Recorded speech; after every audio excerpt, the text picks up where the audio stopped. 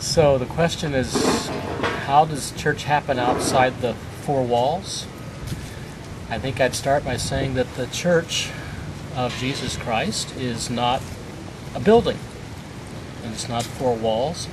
The Greek word ekklesia means the people of God gathered out of the world and into community for the sake of worship and mission in the world.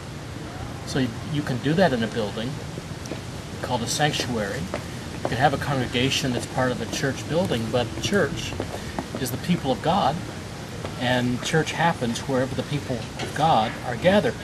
Like Jesus said, where two or three are gathered in my name, there I am in the midst of them. So think of church as two or three gathered outside the walls, inside the walls, in a pew or outside on the streets.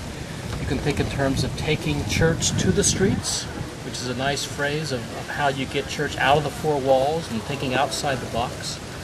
So Shalom, for me, is that kind of embodiment of church outside the walls. It finds the people of God in a community situation, in a neighborhood, in a square block, in 4 square blocks, in 1 square mile. However you define a community, you can do Shalom work, that is church work, in a Shalom mode in that neighborhood. Where you going? So, for example, if you define your community as 4 square blocks around the church building, church doesn't just happen in that church building, but in those 4 square blocks where people live, where stores are found, where institutions or schools or businesses can be found.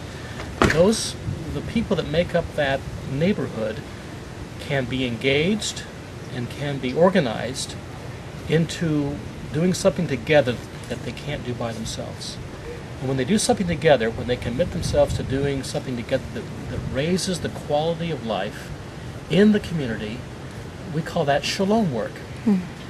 And so if those people can agree on one task, one action that raises the quality of life in the neighborhood, then we say that's a Shalom team doing Shalom work with the people of God, gathered and scattered in the neighborhood, having church in a non-traditional way by being in mission in